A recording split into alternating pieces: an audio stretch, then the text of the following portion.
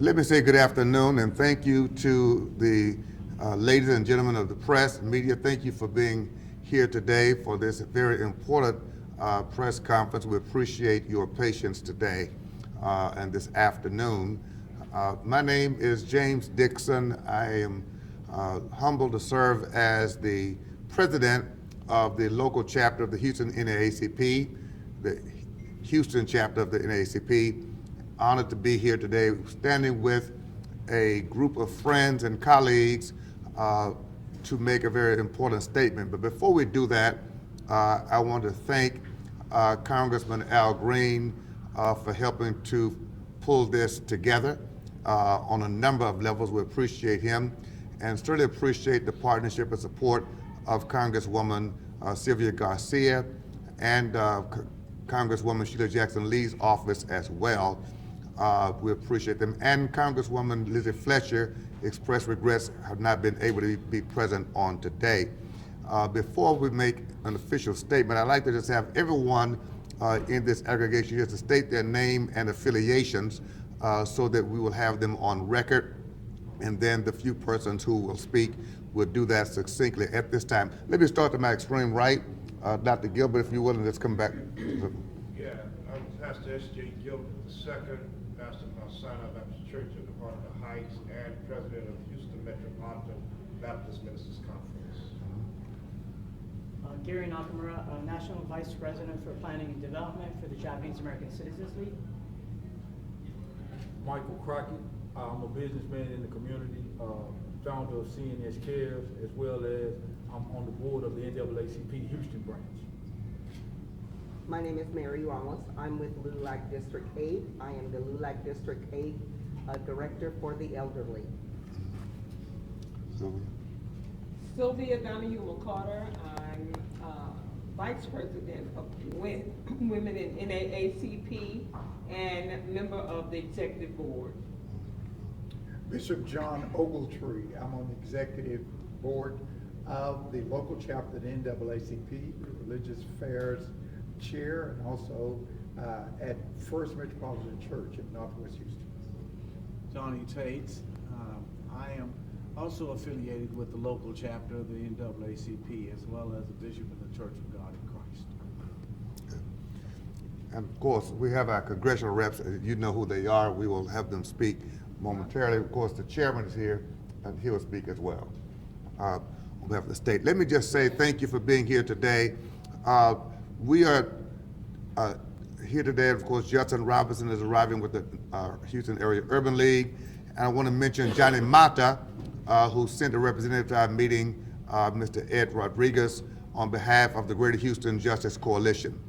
Again, my name is James Dixon. Today we're here, first of all, to express our individual and collective concerns for all of the citizens in the Houston-Harris County region who have dealt with the aftermath of Hurricane Beryl. We are all a part of the regional family, and to see so much suffering of the elderly and children and people in every quadrant of our city, including businesses that have taken a major hit as a result of Storm Beryl, a Category 1 hurricane that left us only grateful that this was not a Category 3, 4, or 5. To think of what the devastation could have and would have been had it been of another strength. It's a wake-up call to us in a significant way to suggest that it is very necessary that CenterPoint and all of our leadership began to think together about what we need to do to better prepare ourselves for these devastating events. We live in a storm-prone area, and clearly this storm let us know that we were not ready for something more significant. Today we had the opportunity to have met with lead principals of CenterPoint, including CEO, the President Jason Wells, excuse me. Jeff Wells is a pastor, so not want to insinuate that that's the same person. But Jason Wells, along with the Senior Vice President, as well as his Government Relations Director, and as well as a board member of CenterPoint, Mr. Ricky Raven. We appreciate the fact that they were willing to sit with us for a meeting that went a little longer than we anticipated. I would express my concerns that I shared, and of course, we'll have our delegation members to speak to the question that they raised and the answers received. We do know that CenterPoint, we're all grateful that they were willing to acknowledge that there were mistakes made in this situation and things that could have been done better. This was not a meeting where anyone is in denial. We do appreciate the fact that they had already begun to think about what they could have done better and things that need to be done now in preparation of perhaps future storms. And CenterPoint, of course, will speak for themselves on more specifics. But I will mention this, the need to make certain that they communicate much better to the entire community on a more consistent basis was one of the featured topics in our dialogue and conversation. So many people, and all of us here represent thousands, if not millions of people, and our constituents were asking, church members, citizens were asking questions that leaders did not have answers to. CenterPoint acknowledges that there was a major gap and a major void in terms of their process of keeping the community informed and keeping our leaders informed. And that's one of the things that we insisted on collectively, that you should not be an elected official on the city, county, or state or federal level and not have up-to-date information directly from CenterPoint that we could be passed on to all of our constituents. I'll speak as a pastor of a church that was in the dark for 8 to 9 days to tell you that we fed 5,000 people on 3 different events in the dark without electricity, because churches serve as community centers, not just as worship centers. And I'm speaking for pastors who are here and others around the city and region who also were serving people, because churches are cooling centers, churches are shelters, churches are feeding centers, and churches and community centers were without power and without communication. We talked about a number of those sorts of incidents that made this a very difficult situation to manage. CenterPoint did give commitment to us to visit these matters and others in a way that would be not only reactive, but proactive going forward into the future. I will close with this and then have our delegation members to speak. But let me say this, it's very important that we understand that although there are mistakes, although there are admissions, we do need to also remember that we're humanity. We are fellow human beings and fellow citizens. We're asking all of our citizens, thank you for your patience, but let's be sure and not do anything harmful to workers who are in our communities trying to restore power and help to bring our communities back to a place of normalcy. Violence is not an answer. We understand anger, we understand tempers, we understand the passion, but that's not going to help anyone in any positive way. So we're here today to say collectively, we want to see better coming from CenterPoint, better responsiveness and preparedness into the future from an infrastructure perspective, and some of that will be spoken to on today, but also from a human concern and human care perspective. There are things that CenterPoint could have done and hopefully will do into the future that will help mitigate the negative impact on citizens when these kinds of natural disasters occur. At this time, I'd like to ask our congressman to come, Congressman Al Green. I appreciate him again for his support, and then Congresswoman Sylvia Garcia will speak, and we'll move forward from there. Congressman Al Green. Thank you very much, Bishop. I greatly appreciate the energy and effort that you put into this endeavor. Let me thank the members of the press for being here as well.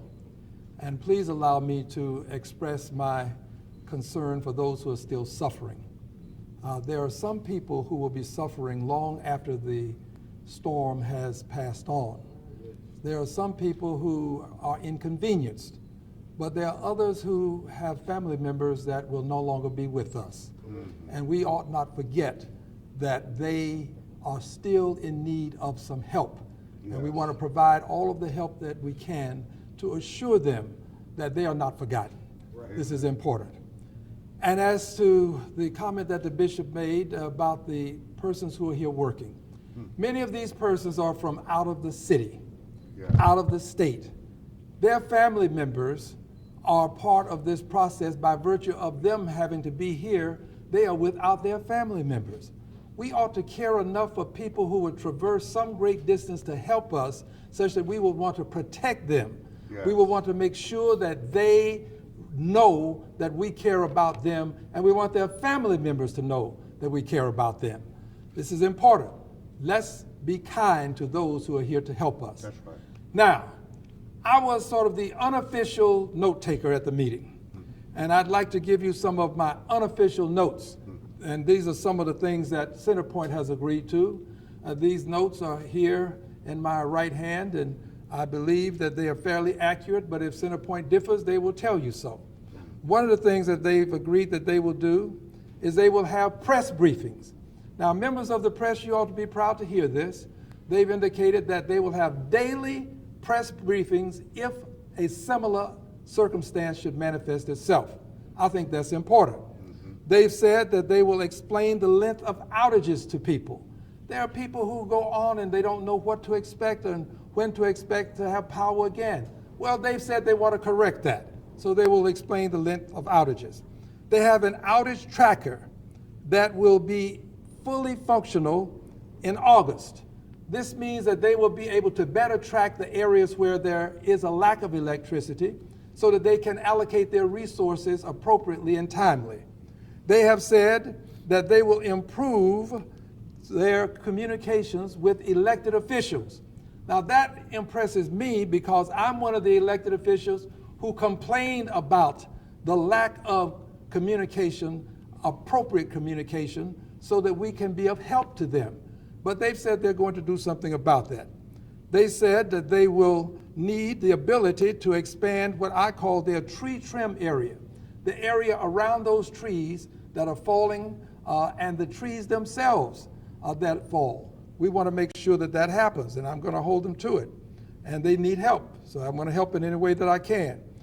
They need to have composite poles to replace wooden poles.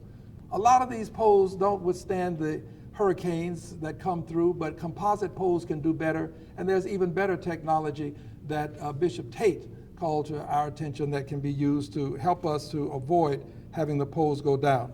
And finally, this one is most important, the after-action report. They have said they will share the after-action report that they compile with us.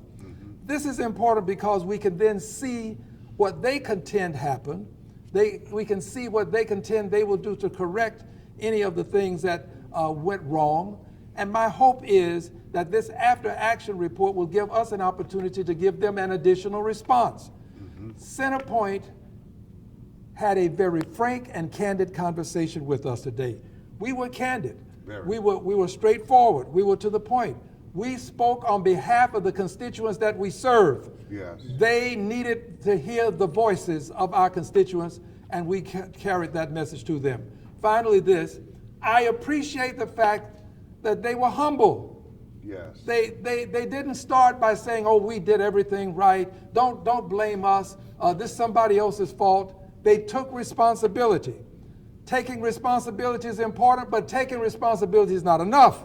Now they have to do something to show us that we won't have this occur in the future. It's important to do this because we know that storms are coming back to Houston. It will happen, and we want to make sure that we are prepared. So Bishop Dixon, what you have done to allow the community's voices to be heard is something that we ought to celebrate and appreciate. So I thank you for what you've done, and all of my colleagues and friends who are here with us, but you are the tip of the spear. You were there to assure us that we would be present, and that means something. Thank you, Bishop. I yield to my colleague who represents a district right adjacent to mine, who came to Congress prepared to serve, having served as a city controller, having served as a state senator, having served as a judge, and now a congressperson. Would you welcome my colleague? Thank you. Absolutely.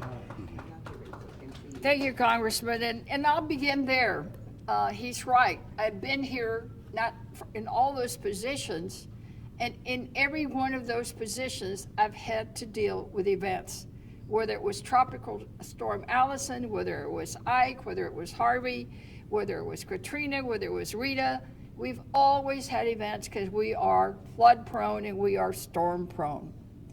But the reality is, I'm just sick and tired of the same excuses from CenterPoint every time we go to one of these events. As I said, and have been quoted on already, I'm just mad as hell. And I'm still mad as hell because even today we've got 10,000 customers more or less, and that's customers. Remember, a customer could be one apartment, but that apartment's got 200 people. A customer could be one house, but they've got 5 people. So it's more than just 10,000 people that are still being impacted, and I feel their pain, and we must continue to make changes at CenterPoint so that we don't have this situation still on day 11 after a storm. And as Congressman Green reminded us, we've got to remember and not forget all those that have died. Yes. Because some have died. I think the number is at what, 17? I think that's what the last number I heard. You know, that's people that, but for some better preparation, some better coordination, we could have proactively done something to save those lives. Throughout all of these events, and throughout my entire career, there's 3 things that they always remind us of, and they're all C's. But you've got to have communication, you've got to have coordination, and you've got to have command and control. I think CenterPoint failed on every single one. He talked about communication. Yeah. If you don't have communication, there's people making up stories. Things got on social media. It makes things worse, not better. If you don't have coordination and we don't know where you're coming, when you're coming, we don't know where you're going to send these folks that came from out of town, and we bless them and we thank them because they came. But we had stories of some of them sitting around waiting for instructions. I don't know if it's true, but it could have been a lack of coordination and command and control. It just looked like chaos coming out of CenterPoint, not command and control. The command and control I saw was Judge Hidalgo and Mayor Whitmire, but I'm not sure even they knew what CenterPoint was doing. And that's the problem. And to their credit, he didn't use the words. He said, we failed the community. And I agree with him. And they failed miserably on all 3 points. This meeting we had today, we should have had 2 months ago to prepare. But that's why we're here today, because we want to move forward. And with the leadership of Reverend Dixon and everyone here around us, we hope that we can work closer together with CenterPoint to make sure that people are not left behind. And if there is going to be a new pole, a composite pole, I want to make sure that those are in my neighborhood and not just in the new constructed suburban neighborhoods. You know, I want to make sure that if there's critical infrastructure that's protected and looked at first, I want to make sure that my churches and my clinics get on that list. Right. Not just the medical center, because my folks don't go all the way to the medical center. They go to their neighborhood clinic. Right. So there's a lot of things we can do.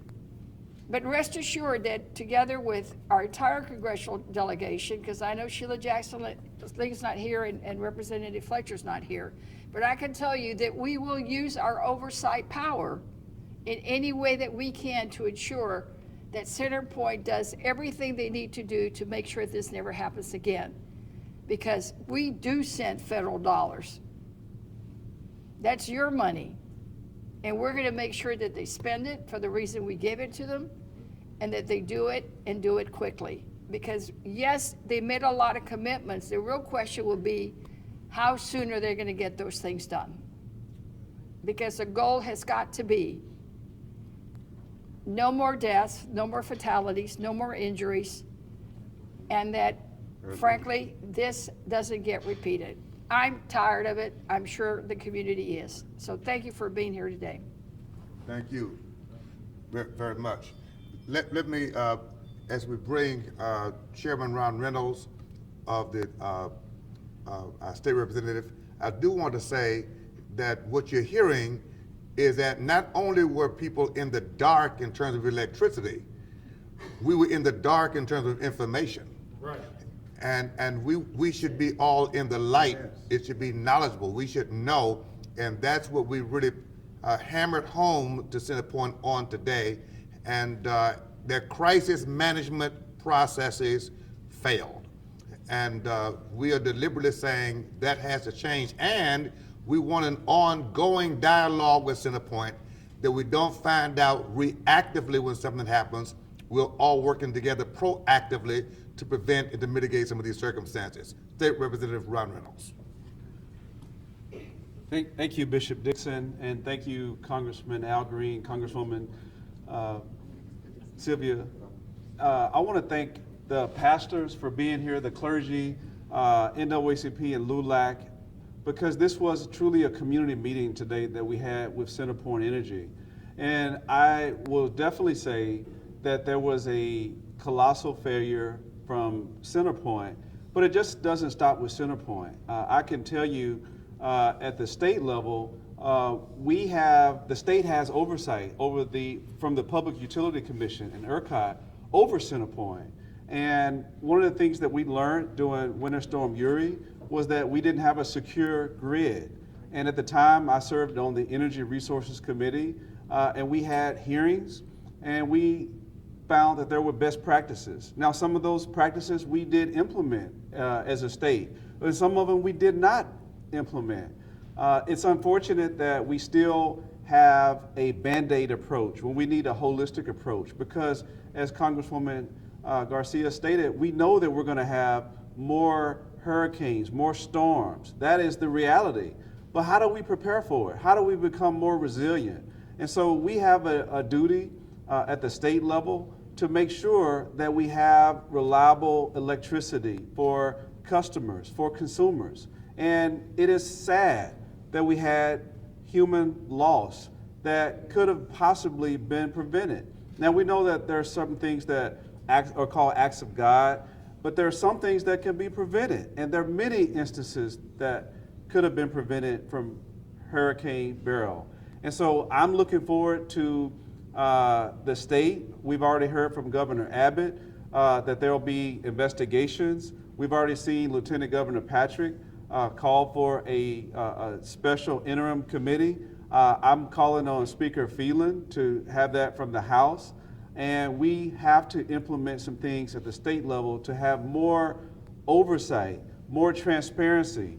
There was the failure of the seas. And so thank you at the federal level. We will definitely make sure at the state level we do a better job because we cannot continue to have crisis after crisis and be in the same position. So thank you all the stakeholders. And I want to thank CenterPoint for listening today, because we didn't cut any corners. We were very direct, we were very frank, and we shared the frustration and the pain from our constituents. So Bishop Dixon, again, thank you for assembling us together. I look forward to an ongoing dialogue and then reporting back to the public so we can restore trust from the people who have lost it from this failure that could have been prevented. Thank you. Thank you very much. As said earlier, we're pleased to have with us members of LULAC as well as the Greater Houston Justice Coalition. I'm going to ask that Mayor Ramos would have a word on behalf of that community, that constituency, because she understands firsthand what this is really all about. Mary? Thank you, sweetheart. First, let me thank the press so much for having time to come out here and then wait for us after our meeting. I think that meeting was very productive with CenterPoint. We made our issues known to them, and I really liked their response to us. But let me say that the most important thing to me, why I attended today, was because I care about the elderly. I am the LULAC District Director for the elderly, and a lot of these nursing homes didn't have power for days, especially one that has handicapped senior citizens. No power, and this like an 8-story building. How are they gonna get down? I do not understand how come those were not taken care of first. And it should have been number 1 on the list. Hospitals, churches, senior citizens, these are the things where people go for comfort that should have been taken care of. So I hope CenterPoint does exactly what they promised us they were gonna do and take care of all our citizens, because just the loss of one life is too many. Thank you so very much, Mary. As you see, we represent the entire community.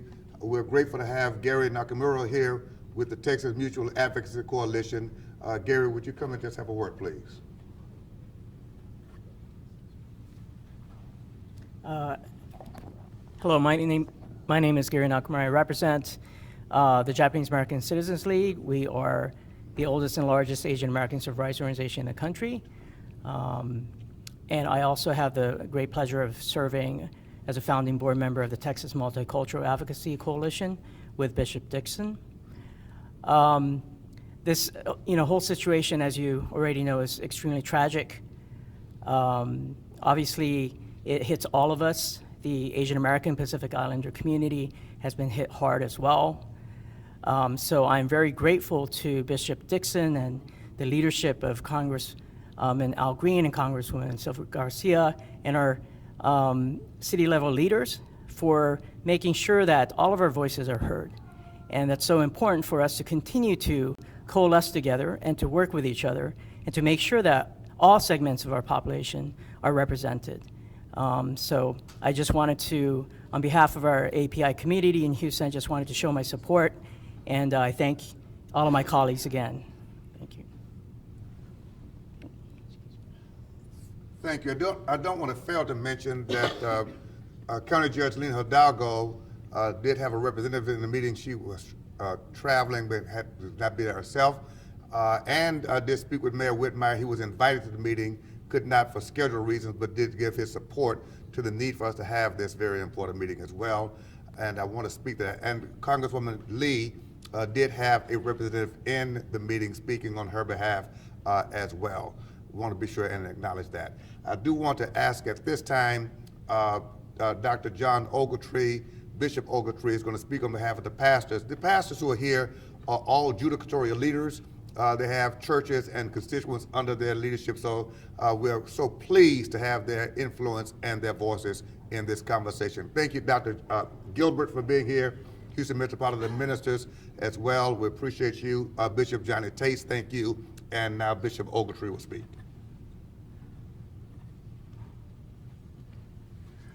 Thank you, Bishop Dixon. Thank you for arranging this most critical meeting today with CenterPoint. We urged as CenterPoint to make a priority of the church community, the center of hope for so many in this city, and it is so important that we are prioritized. They were good listeners. As Congressman Green said, they were humble and admitted their mistakes. And we hope so. It has been said that you learn more from your mistakes than you do from your successes.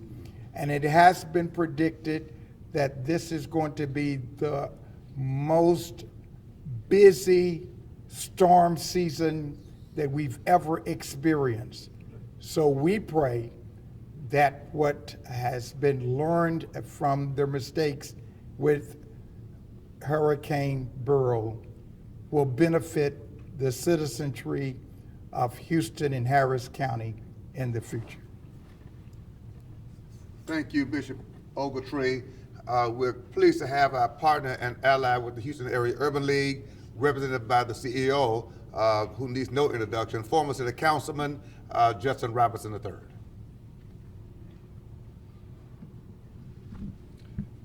Thank you, Bishop. To my colleagues who represent thousands, if not millions of people throughout the region, I want to thank them for joining the leadership today to have this important discussion about what can we all do better.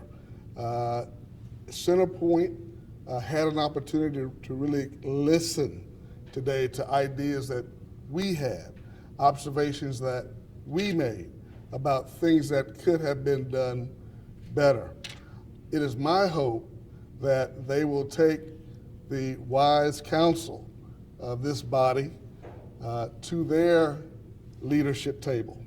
And when it comes time to make plans about the future of our city and how to protect those who are most vulnerable, that is top of mind.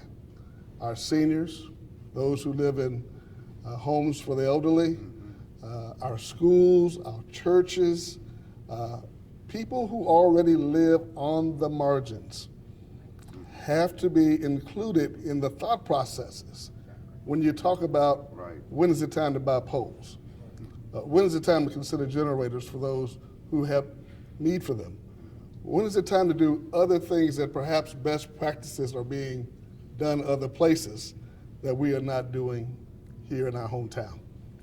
It's a company that has stood beside us in so many ways for so many years, and we see this as an opportunity to do better. 17 people? 17?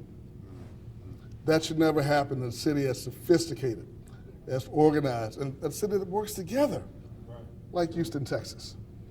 So we hope that moving forward, we won't have these discussions again because we've had them in advance of disaster. Houston is a disaster place. And the sooner we come to recognize that and work together more holistically as a community, the better our overall community will be. Bishop Dixon, thank you for your leadership, sir. Thank you. No, I want to thank the team. It's a collaborative effort, and certainly we're grateful for all of us and appreciate all of us. I'll close with this, and if there are questions from the media, it's very important that we put people first. Yes. That is the central message and the galvanizing message that we have to put people first, and we have to put the most vulnerable people first, because vulnerable people, if you're already in poverty and then a hurricane comes or a freeze or a storm or a power outage and you're already behind, we cannot imagine the pain of those individuals.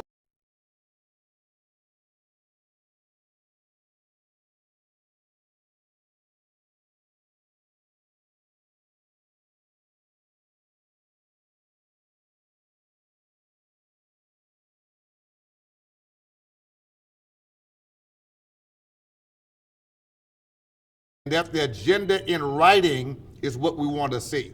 And ultimately, we want to work with them collaboratively, because if we do it together and not in silos, we stand a better chance of mitigating negative circumstances and outcomes as devastating as the Congresswoman has mentioned. We're looking forward to that with great hope and great anticipation. This is Houston, and we are the third or fourth largest city in America. And to be truly a global city, we have got to improve our deliverables for the people who matter, and that's every citizen of Houston, Harris County, and the region. We also asked them to consider leading a regional summit on how we prepare for these kinds of incidents, not just in Houston proper, but around our county and around the region, because we live together, we suffer together, we survive together, and we must save lives together. Thank you very much. Yes. Bishop Dixon, it was mentioned that CenterPoint in the future will have press briefings. Is there a reason why they're not here today? I don't think they were prepared to come today. I know that this was a quickly scheduled meeting. They obviously fit the time in for that meeting that lasted about an hour and a half as opposed to an hour. But I think that you can certainly ask questions of them, and I'm sure they're looking forward to making a statement on their own. You mentioned a little earlier who was all there. Can you mention again who was all there with CenterPoint at today's meeting? Okay, let me make sure you're testing my memory. Okay. Of course, Jason Wells, the CEO, was there. Senior Vice President was there as well, along with Rika Raven, who's a board member, and June Diedrich, who is their government relations communications person as well. And lastly, who exactly was the one that said that they felt the community? Was that Jason Wells? Yes, exactly. He said it more than once. More than once, at least 5 times. He said it more Yes, than once. yes. Was it recorded by any chance? Did anybody record this meeting? This was just a whatever. No, it was not recorded. Can you give some more details on what they told you about this better outage tracker that they vowed by August? Yes, Congressman. Well, thank you very much. As you know, they had great difficulty ascertaining where the problems were. They were out and about, and they were taking care of problems as they were being made aware of them. But they would like to have the technology online such that they would be able to track the areas where there is an outage with greater efficiency. And if they can do this, then they can better allocate their resources. And they've indicated that by August, they want to have this innovation in place so that they can track the outages and respond timely. And if I may say this, one more thing. You asked about the number of times that they said that they were concerned and that they'd made mistakes. They really did humble themselves on that point. I don't want to just kind of brush over that, because people don't always do this. They sometimes will try to pass the buck, but there was no buck passing. And the bishop did invite them and said that you can come to the press event, but they weren't prepared. I understood that they were not, so I don't want that to be taken as a negative against them. But I do want to say that they have to do better, and that we were candid about the things that they have to get right so that we can save lives and prevent suffering. Have they given you guys an update on when power will be restored 100%? I don't think we have an update on the exact on that. That's a CenterPoint question, but they are working vigorously to make sure that they get all of those that are still outstanding taken care of expeditiously. And I do want to emphasize the Congressman's point. It was made by Congresswoman Garcia as well. They were not recalcitrant. I will be honest with you, I was not expecting as humble a disposition as we were met with today. Having been in a number of these kinds of circumstances and conversations, it's appreciated. The fact that, and it's encouraging, because it's a non-starter when there's defensiveness and recalcitrance. But they were open and began the meeting in their opening statement with the fact that they apologized for the way that the city and the citizens were failed in this. But I do believe that we have the makings of a better plan, of better plans going forward, and we emphasize the need for collaboration. This is not something that they can solve by themselves. They're going to have to be inclusive of our elected leadership, of faith leaders, social and civic leaders as well. And for example, they did not realize the enormous resource, I don't think, that churches can be to a plan going forward, because we are touching the need. Yeah. We have facilities. We know how to serve people, feed people, clothe people, and not only pray for people. That is included. Yeah. So I think they recognize the fact that they've got a major resource in terms of all of our community assets as a part of the solutions strategy going forward. Bishop? Yes. I just want to say this. So, they did send a communication, I just looked, that came out today, that they would have electricity restored to, today they did 98%, by the end of the day tomorrow, 100%. That was the communication they sent to the state legislators, that they were, all the people who could receive electricity, meaning that there was no other kind of barrier, that they would have electricity restored by the end of day tomorrow. So they told you every outage should be restored by tomorrow? Yeah, barring any other issues. Okay. Yes. Any other questions? Thank you. Let me thank you very much again. We appreciate that, and this is again, we appreciate your patience for us to return, and want to reiterate, of course, that first question. We don't have any tape recordings of any meetings, and we don't suspect that there are any. Okay. Thank you all very much. Mayor,